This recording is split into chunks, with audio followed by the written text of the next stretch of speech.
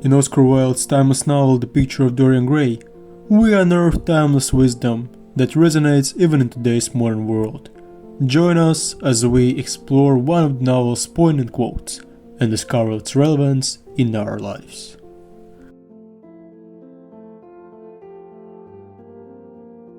Our journey begins in chapter 3, where Oscar Wilde's words continue to echo through time.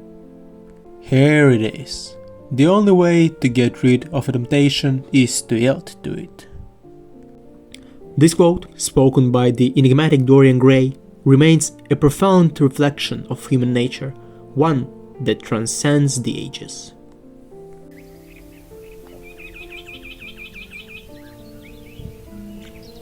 Certainly, during the Victorian era when Oscar Wilde was present, temptation was a recurring theme in literature and life.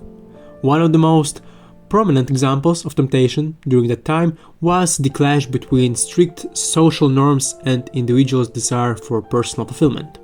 In this era, social expectations, especially in matters of love, marriage, and morality, were often rigid and repressive. People were often tempted to go against these norms in pursuit of personal happiness, love, or freedom. This tension between personal desire and social constraints served as a rich source for inspiration for Victorian literature and drama, including Wilde's own words.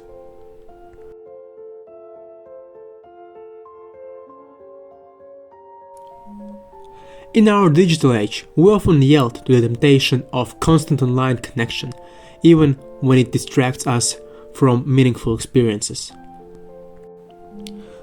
We yield to the temptation of indulgent treats, momentarily satisfying our cravings, but often ignoring the consequences on our health.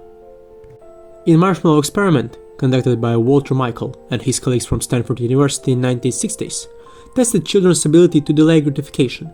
It found that those who could resist the temptation of an immediate reward, one marshmallow, for a greater reward, two marshmallows, later in life tended to have better life outcomes, such as improved SAT scores, educational attainment, and overall success in sports and life.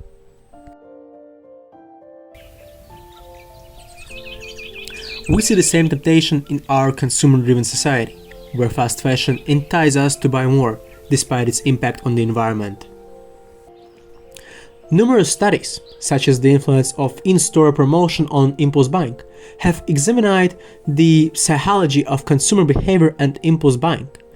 These studies revealed how marketing strategies, sales tactics, and the availability of fast fashion, for example, can lead consumers to yield to the temptation of buying items they do not necessarily need, contributing to overconsumption and environmental issues.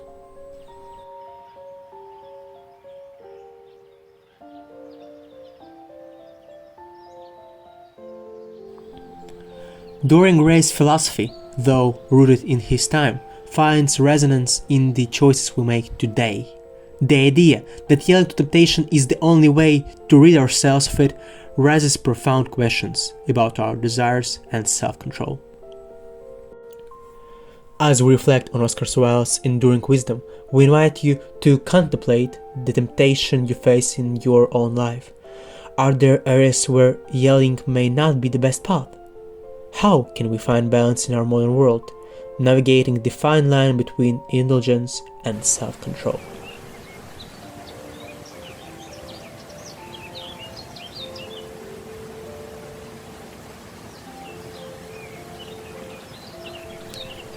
And now, let me perform a small experiment on you.